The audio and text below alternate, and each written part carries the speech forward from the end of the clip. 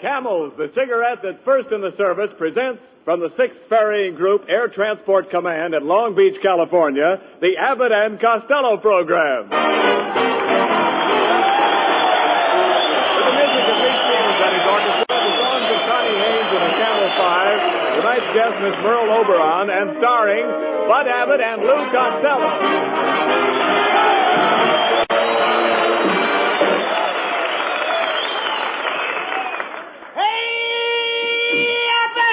Oh, come on. What's the matter with you, Costello? Hey, Abbott, I want to ask you a very personal question. What is it? Do you think I'm fat? Well, I'd say you were on the plump side. Why do you ask? Well, I was over by one of those big hangars. I was standing next to a blimp. All of a sudden, an officer points to me and says, "Look, they're making them with faces now." Oh, he was just kidding. You know, there's nobody that has a better sense of humor than a flying man. I know that too, Abbott, because I'm a flying man myself. What do you mean? I started flying when I was a 6-month-old baby. You flew when you were a baby? Yep. I flew out of my nurse's arms and made a perfect 1-point landing. No. You mean 3-point? No, 1 point. My safety pin was open. Costello, I don't believe you've ever been up in the air. Oh, yes, I have. I used to be a hostess. Well, you walked into that one, my friend. For your information, plane hostesses are always female. This was a male plane. Tell me, Costello, when was the last time you were up in the plane? Do you want the truth or my version? Oh, no. I want the truth. I think we'd get more laughs the other way. No. Tell the truth. Okay, I'll tell the truth. All right. I took my first plane ride today. Captain Dick Lassiter took me up in a great big plane. Tri-motor? Try what? I said tri-motor? Certainly we tried the motor. What do you think we did? Push it? No, skip it. I'm not going to get it up in the air and then try it. All right, forget about it. Forget about the motor? No. The other thing. By the way, what kind of a pilot is he? Was he flying blind? No, he was perfectly sober. What a dope. Of course he was sober. Well, never mind that.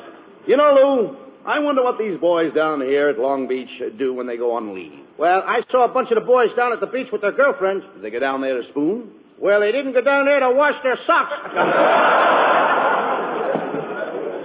Well, here's Ken Niles. I've been waiting to see you, Ken. I was wondering what your wife thought of the picture we made last week. That's right, Niles. What did she think of my acting? Well, I don't mind telling you that she absolutely raved. She raved, eh? Yes. They took her away the next morning. What's so funny about that? Did you make that up yourself? Yeah, out of my head. You certainly are. I hate that guy. Well, I know you do, but quit arguing, Costello. I want to hear more about the picture. Did you read any reviews, Ken? Yeah, sure. The Druggist Weekly gave the picture 4 aspirins. See what happens, don't you? He's got the band framed up. Certainly he's got the band framed. That wasn't a funny line. There was nothing funny about that, brother. Well, can you imagine that? Listen, Ken, I read all the reviews. And even Mrs. Roosevelt mentioned our picture in her column. What did she say? She said, "My day was ruined." Right. That's the one line I don't know why they got it in there. Wait a minute, look. Lou, didn't we get any compliments at all? Oh, sure. We got one cheer that I remember. Where from? The Bronx. The Bronx? You know, in Hitler's face without music. Oh, yeah. Well, maybe we should give up the idea of producing our own pictures, though. Don't you be silly. No. Perfume Pictures Incorporated is here to stay. And I'm ready to start another picture right now. Push the button for my secretary. Okay. Hey. What's the idea of a horn for a buzzer? She used to be a waitress in a drive-in. Oh, boss. I'm sorry I was late this morning. Are you doing anything tonight? Why, no, not a thing. Then try and get here on time tomorrow morning. it's a fine secretary. How did you get a job here? I used to be in pictures. I played in The Way of All Flesh. What part did you play? One of the meatballs. Everybody gets laughs but me. All right. Have patience. By the way, do I have any appointments today? Yes, sir. At 12 o'clock you have an appointment with Hetty Lamar. What am I doing after that? Me, he asked. Mr. Costello, could I speak to you for a moment? Why, it's Botsford Twink, our soundman. What's on your mind, Bots? Well, I want you to know that I was terribly hurt because I wasn't in your picture last week with Carmen Miranda. After all, if you're looking for new faces, look at me. My face is new, isn't it? Oh, very new. In fact, your whole head has only been slightly used. Please give me a chance, Mr. Costello. I really do have a lot of talent. You know, I do most of the voices in all the Leon Schlesinger cartoons for Warner Brothers. You don't tell me. Yeah, for instance, here's a little Porky Pig. This is the way I talk when I play Porky. That's all, folks.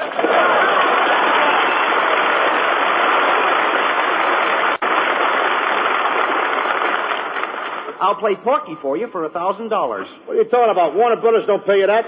I know, but pork has gone up.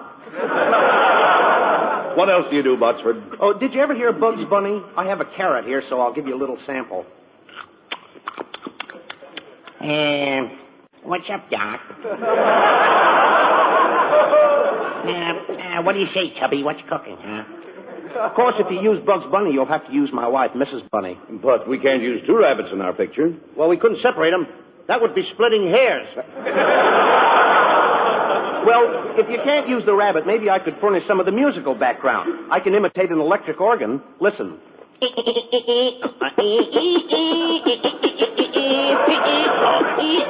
Clever, ain't he? Do you call it an organ? Now listen, Botsford. I can't use any of that stuff in my picture. Now, will you get out of here? Now look what you did. Now look what you did. Now look what you did. Every time you yell at me, I get the hiccups. When you yell at me, he gets that. Why do you yell? How did I know? Did I know that when I talk loud, he gets the hiccups? Costello, did I know that? Well, don't yell at him. Do something for the poor fellow. Please, Botsford. I said, talk nice to him. Botsford, I'm talking low and easy. Now, take it easy. No more hiccups. That brings him out of it. Does it? I didn't know that. All right, take it easy. How do you feel? Better now. Oh, you do? I feel fine. Oh, am I glad of that, Abbott. Now, let's get back to this picture. But, Mr. Costello, are you sure you can't use the organ? Botsford, how many times do I have to tell you that I don't... Please. I started him again, didn't I? You see what I told you? You know what I'm doing. Get him out of here!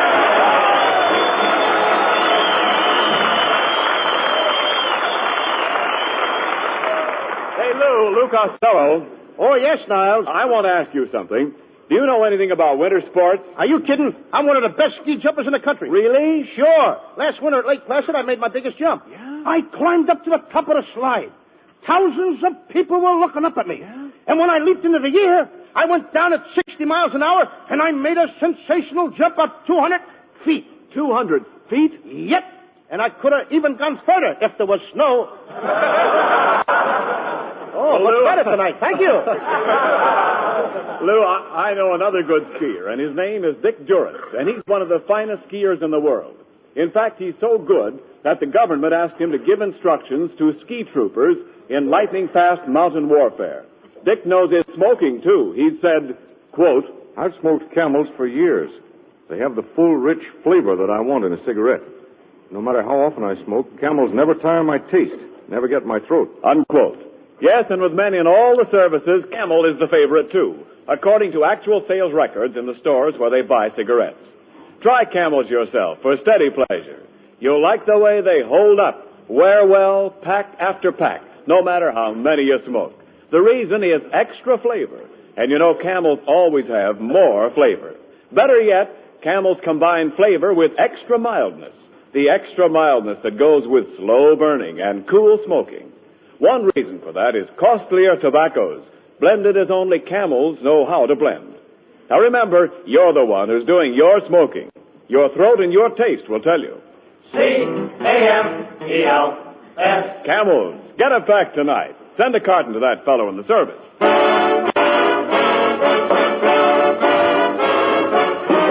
Lead Stevens, the orchestra, and the Camel 5 with a new treatment for an old tune by the light of the silvery moon. By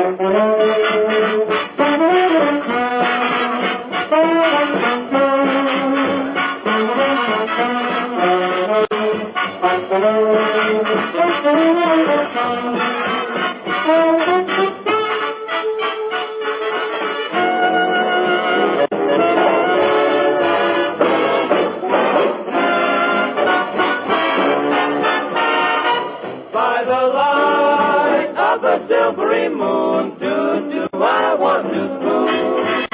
To my honey I'll croon love tune. Honeymoon, keep a shining in June. Your silvery beams will bring love's dreams. We'll be cuddling soon by the silvery moon.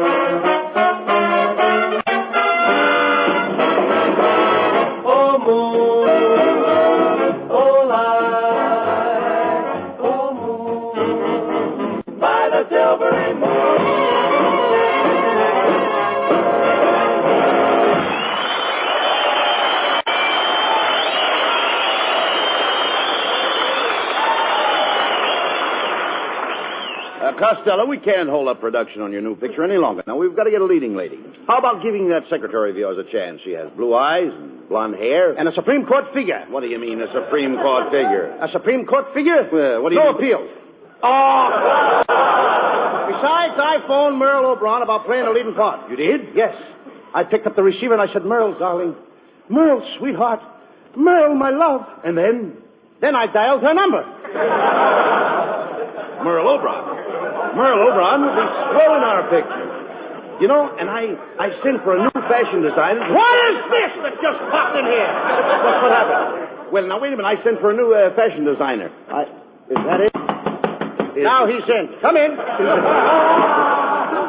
Good evening, gentlemen. I'm your new fashion designer.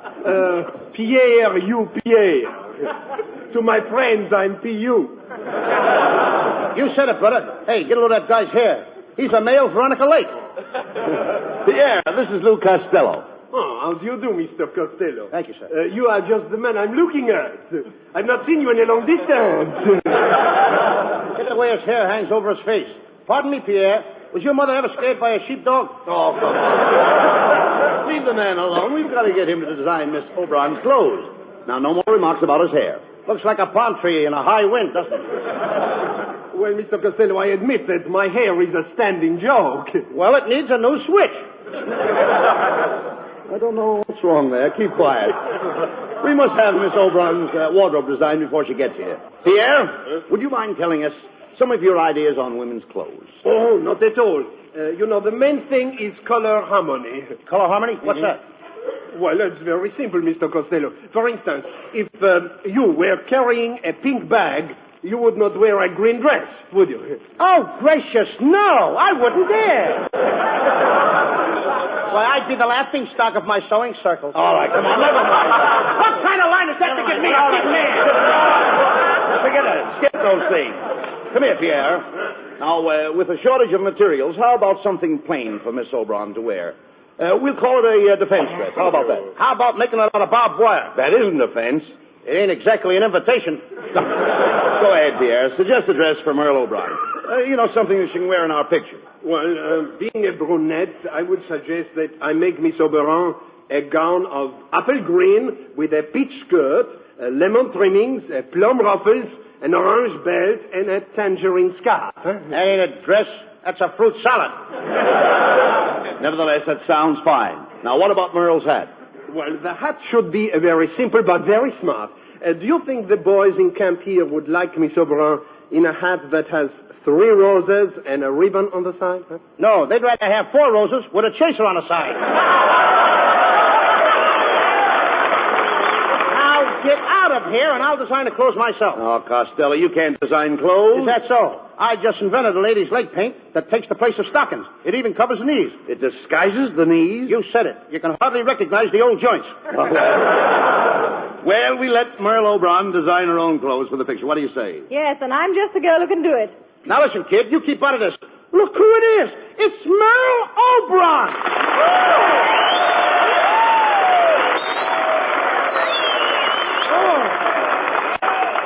Merle, I'm overjoyed. I'm overcome. I'm overwhelmed. I'm over here. Merle, I've always been in love with you. You're so beautiful. Can I give you a kiss? Well, all right, but just one.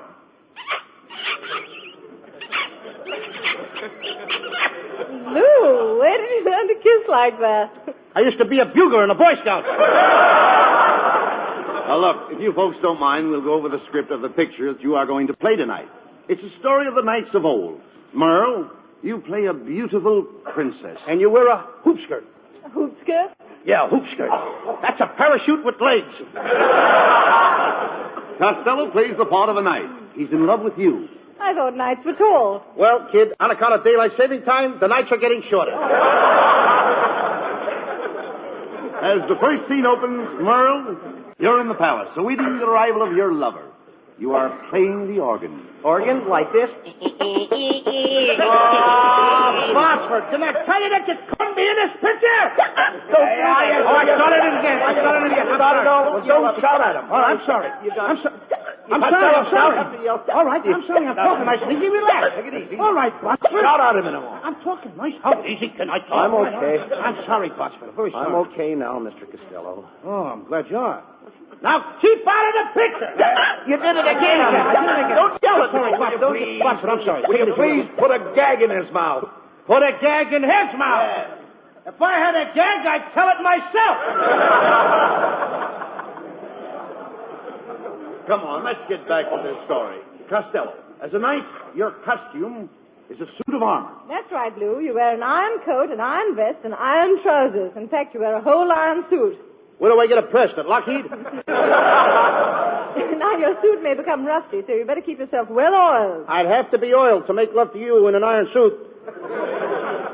Merle, you walk out on the balcony. Yes, and I sneak right up to it. How'd you get across the moat? I caught the guard with his bridges down. Then we have the big scene where Costello serenades you with a song of love. And, Lou, I will drop a flower on you. In a mad moment of love? No, in a pot. Now, Merle, you signal that the coast is clear. And Costello, you climb the balcony. You reach Merle's side. You're panting from the long climb in that suit of armor. Yes, that's it. You gaze into her eyes. Remember, this is your big chance. Never mind, no more pants. Never mind that. There's emotion in your voice. As you stand there in your iron suit, what do you say to her? Hey, kid, have you got a can opener?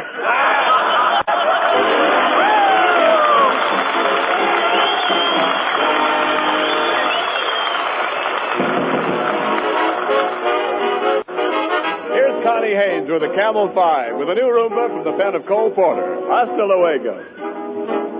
In a small cantina on an island far, Senorita Lena sang a song to a hot guitar. All the ding-dong dandies used to gather about when the lovely Lena, Lady Vina, would give in and give out. Hasta luego.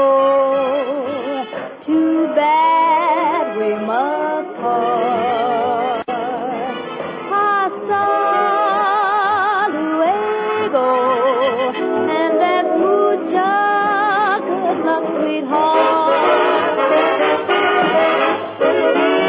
Once they'd married Lena, and her rich old guy moved to Pasadena, where the best people go to die.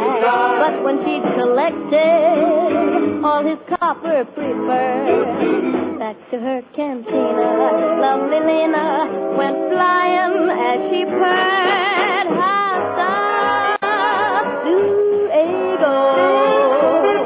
Too bad we must part. Hasta luego. And there's mucha good luck, sweetheart. Ay, hasta luego. Too bad we must part. Oh, hasta luego. And there's mucha good luck, sweetheart.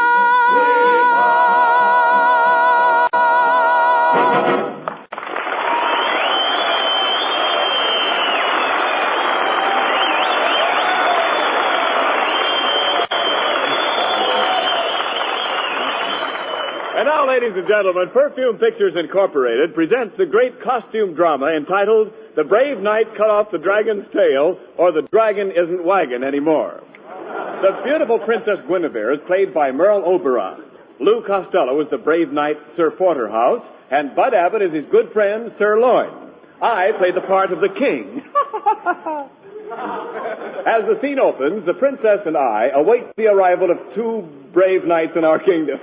Curtain. Greetings, brave knights. Kindly approach the throne. Greetings, Your Majesty. I am Sir Loin, Knight of the Bath from Saxony. And I am Sir Porterhouse, Knight of the Bath, from Constantinople. What kind of work did I give you? Constantinople? Yeah, Turkish bed. Greetings, brave knights. I am the Princess Guinevere. And who are those beautiful dames with you? They are my ladies in waiting. Well, what are we waiting for? Quiet, Costello. Oh, Sir Porterhouse, you must save our kingdom. The people are angry. They're clamoring outside the gates of the palace. Just listen to them clamor. Clamor, clamor, clamor. Did you hear that? The people are revolting. They certainly are. No, the people are starving. They have not eaten in 5 days. Oh, they should try and force themselves. They gotta eat. But, my dear princess, have we no food? Alas, no. The dragon has destroyed our crops. You mean all our corn is gone? Yes, there's only enough left for this program. What's so funny about that? What a fresh princess. Listen to the people shouting. They have been shouting for 5 days, but I dare not speak to them. I will speak to the people, Your Majesty. Open the door. I'll make a speech. People of Saxony! That got him. Now, my dear princess, just what do you desire us to do? My dear knight, for several years now, my father has been bothered by a terrible dragon. Why doesn't he pick up his feet? You don't understand. You don't understand. Nobody understood that.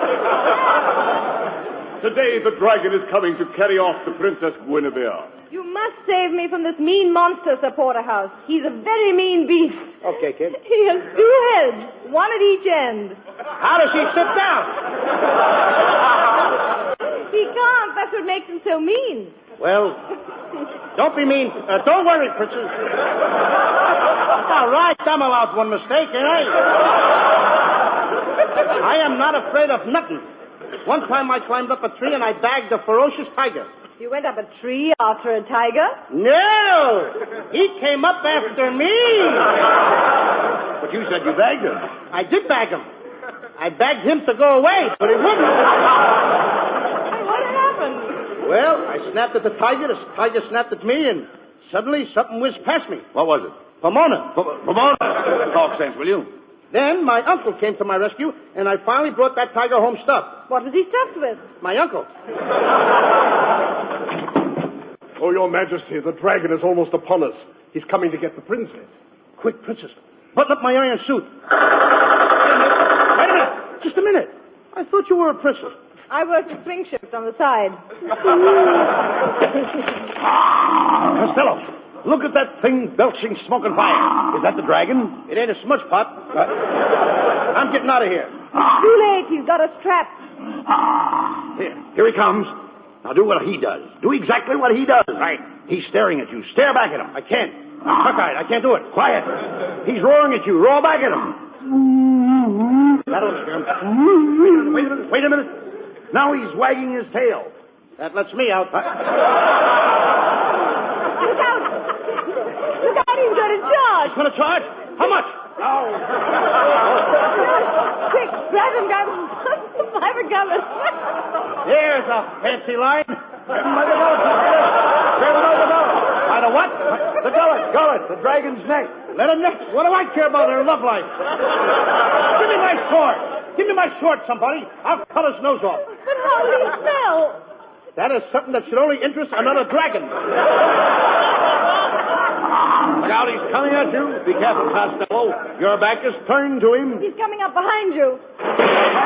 I know it. He got me. Where did he get you? Well, if I was wearing a license plate, he would have got off the last 3 numbers.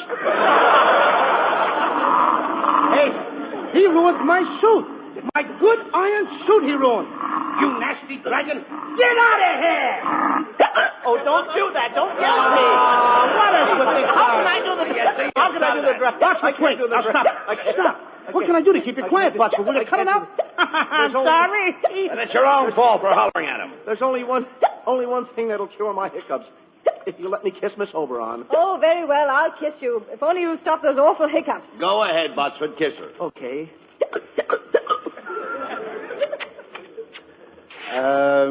How do you feel now, Botsford? Oh, I feel fine. But, what? That's all, folks.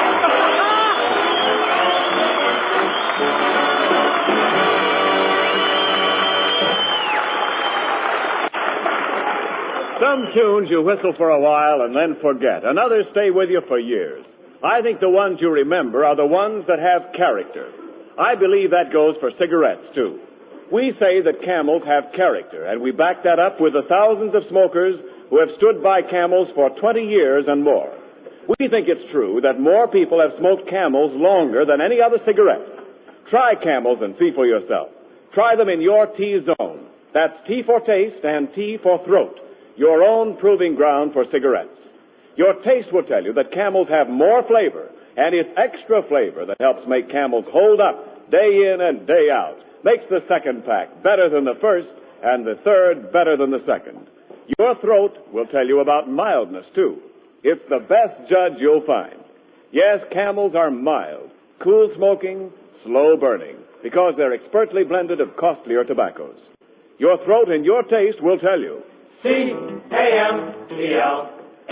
Camels, get a pack tonight. You'll want to buy a carton tomorrow. Here's more news about the Camel Caravans, those traveling shows which entertain the men in the Army camps.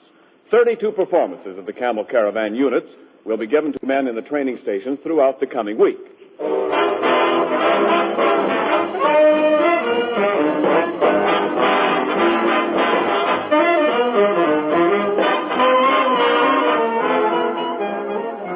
And now here are Bud Abbott and Lou Costello with a final word. Thanks, Ken. Ladies and gentlemen, it's really been a thrill for Bud and me to do this program from the Ferry and Command Air Base here at Long Beach. And an added thrill to be here with Merle Oberon. Thank you, Lou. I had a wonderful time, and it's been lots of fun. That's right, Merle. And we'd like to extend our sincere thanks to Colonel Ralph Eastbake, Lieutenant Colonel John P. Frame, Jr., and their splendid staff of officers for the opportunity to make this visit. Next week, we'll be back in Hollywood on Thanksgiving Day. In addition to the regular gang, we'll have as our guest Herbert Marshall. And we do hope you'll all join us.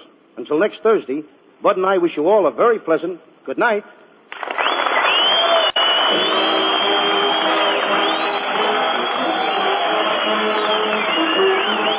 Remember, Camels present 4 great shows each week. Tomorrow night, the Camel Caravan with Lanny Ross, Xavier Cugat, Herb Schreiner, Lou Lair, and their guest star, Bob Hope. Saturday night, Thanks to the Yanks with Bob Hawke. Monday night, Blondie, and next Thursday at the same time, Abbott and Costello with their guest, Herbert Marshall. Our broadcast this evening was from the 6th Ferrying Group, Air Transport Command at Long Beach, and does not constitute an endorsement of our product by the War Department, as they do not endorse any product. The Army has also requested us to make this announcement to all men of 18 and 19. There is a serious need for young men, so serious that the Army is willing to let men of 18 and 19 choose whatever branch of service they desire. Go to your nearest Army recruiting office or induction station tomorrow. Learn about the jobs the Army has open in 13 different branches, all explained by men who know these jobs inside and out. Listen to the Camel Caravan tomorrow night with Lanny Ross, Xavier Cugat, Herb Schreiner, Lou Lair, and their guest star, Bob Hope. And now this is Ken Niles wishing you all good night.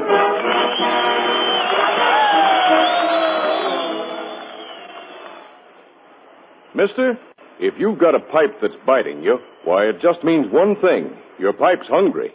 Yes, sir, hungry for Prince Albert, the mild, rich, tasty tobacco that won't bite your tongue because it's no-bite treated. PA's crimp cut, too, for easy packing and stay-lit burning. Around 50 pipefuls in every handy pocket package. Get Prince Albert tonight. You'll see why men call it the National Joy Smoke. This is the National Broadcasting Company.